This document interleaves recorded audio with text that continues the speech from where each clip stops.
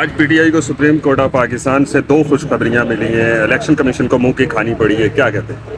دیکھیں، بہت شکریہ. صرف الیکشن کمیشن ہی نہیں بلکہ آپ یہ لگا لیں کہ جو یہ پروگرام بنا کر بیٹھے ہوئے تھے کہ ایکسٹینشن دی جائے قاضی صاحب کو، جو ہے وہ یہاں پر مزید بٹھایا جائے تاکہ ملک کے اندر جو لا قانونیت ہے اس کے اوپر مزید مہریں لگیں، تو وہ ساری چیزیں جو ہیں آج ان کے اوپر پانی پھر گیا.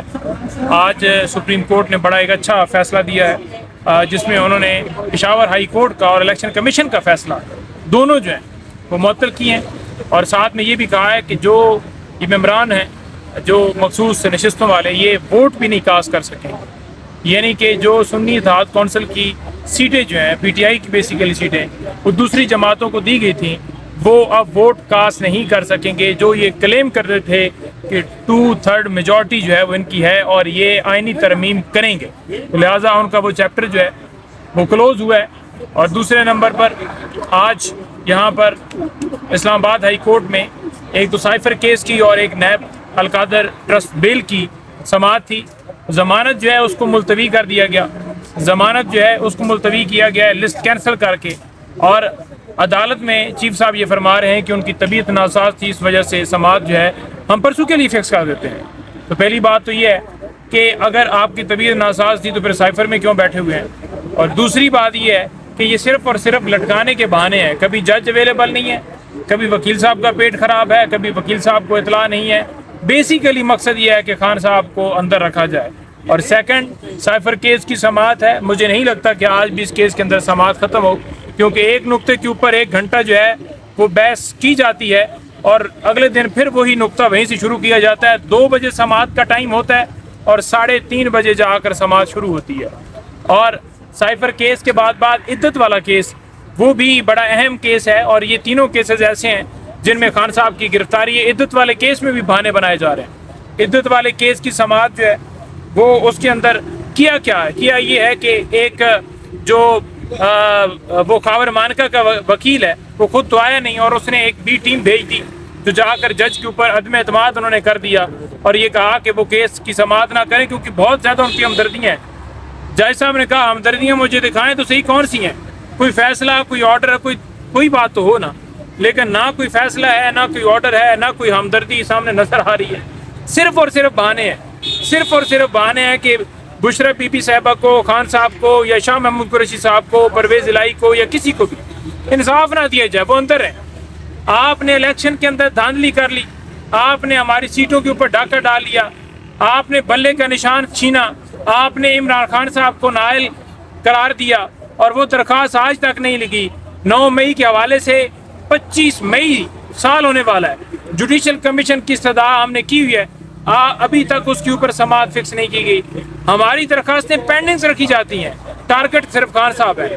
اب یہ چاہتے یہ ہیں کہ خان صاحب کو بڑا میں کلیئر کہوں گا کہ کسی صورت باہر نہ آئے، کیونکہ اگر خان صاحب باہر آتے ہیں تو پھر ان کے لیے یہ مسئلہ ہوگا کہ وہ باہر آئیں گے تو پھر ان کی حکومت بھی نہیں ٹک پائے گی. یہ 2 نمبریاں، یہ جو ڈاکے، یہ جو سارا کیا جا رہا ہے پھر ان کا بند ہوگا، اور کسی صورت عوام میں بیٹھنے نہیں دیں گے، کیونکہ عوام نے تو انہیں ریجیکٹ کیا ہے. عوام نے انہیں ریجیکٹ کیا ہے، اس کے باوجود ڈاکہ ڈال کے یہ بیٹھے ہیں، تو یہ خان کو نہیں رہا کرنا چاہیے. ہمارا پلان جو ہے وہ بڑا کلیئر ہونا چاہیے. میں تو یہ آپ کے توسط سے یہ کہہ رہا ہوں، ہمیشہ یہ کہتا رہتا ہوں کہ اب ٹائم ہے کہ یہ جلسے، جلوس، ریلیوں کے اوپر میں ضرور کمنٹ کروں گا کہ ریلیاں دیکھیں، جب بھی ریلی نکالی جاتی ہے ہمارے لوگوں کو پہلے سے اٹھانا شروع کر دیتے ہیں، اور ہمیں ریلیوں کی اجازت نہیں ہے. جلسے کی اجازت کے لیے جاتے ہیں تو عدالت اجازت نہیں دیتی، اور وہ کہتے ہیں کہ یہ دہشت گرد ہے، ملک کے اندر امن خراب ہو رہا ہے. جہاں پر دوسری جماعتیں وہ سپریم کورٹ کے سامنے آ کر کوئی دھرنا دے دے تو کوئی اعتراض نہیں. اعتراض کس سے ہے؟ اعتراض پاکستان تحریک انصاف سے، عمران خان سے. لیکن میں آپ کو کلیئر کر دوں، عمران خان نہ اسٹیبلشمنٹ سے، ڈیل کے نام سے ہی نفرت ہے، نہ تو وہ ڈیل کرے گا، نہ وہ پیچھے ہٹے گا، نہ وہ جھکے گا، نہ قوم کو جھکنے دے گا. اور سیکنڈ میں یہ بات کر دوں کہ عمران خان آئے گا تو عوام کی طاقت سے آئے گا. عوام کو ریلائز یہ کرنا چاہیے کہ آپ نے ووٹ 8 تاریخ کو دے دیا ہے، لیکن اب باہر نکالنے کے لیے راستہ صرف اور صرف سڑکوں پر نکلنے کا ہے۔ عمران خان کبھی بھی ڈیل نہیں کرے گا۔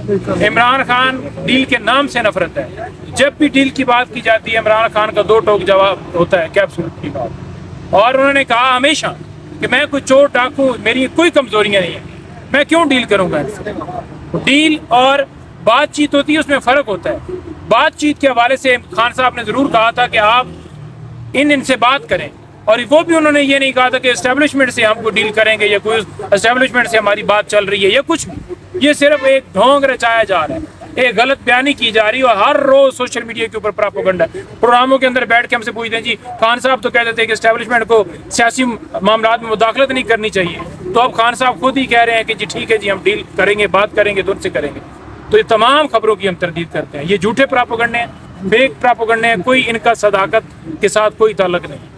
سر سوال یہ ہے کہ آپ نے کہا کہ پنجاب کے اندر ہم کوئی بھی ایکٹیویٹی کریں، وفاق کے اندر کریں، ہمیں ہمارے جو کارکنان ہیں ان کو اٹھا لیا جاتا ہے۔ پنجاب پولیس کا جو کردار ہے وہ آپ کے سامنے ہے۔ گزشتہ روز کھاریاں میں پنجاب پولیس اور خواجہ سراؤں کی ایک مٹبھیڑ ہوئی، اور اس کے بعد پھر پولیس جھکنے پہ مجبور ہو گئی۔ کیا پولیس اتنی کمزور ہو گئی ہے؟ دیکھیں پولیس جو ہے نا، جب بھی پولیس کا واسطہ نہتے لوگوں سے پڑتا ہے نا، معصوم لوگوں سے، پولیس ظلم کرتی ہے۔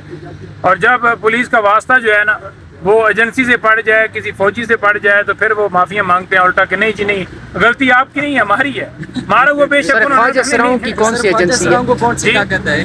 خواجہ سراؤں کی کون سی ایجنسی ہے سر؟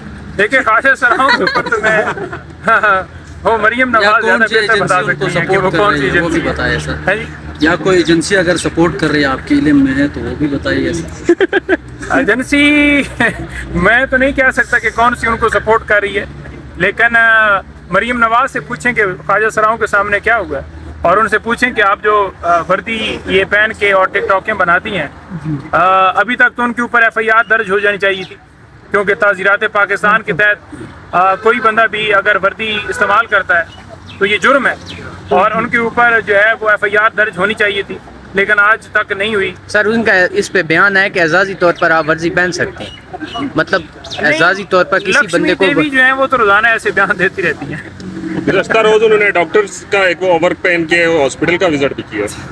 کدھر ہاسپٹل کا وزٹ کیا ہے؟ ہاسپٹل کا انہوں نے وزٹ کیا ہے؟ کس چیز کے لیے وزٹ کیا ہے؟ اوپر وہ تصویر لگانے کے لیے کہ نواز شریف صاحب نے مجھے بھیجا ہے جی کہ میں عادت جا کے کروں۔ ان کا جو کام ہوگا، اگر یہ ہیلتھ کے حوالے سے کوئی کارڈ ایشو کریں گے، اوپر اس گنجے کی تصویر لگائیں گے۔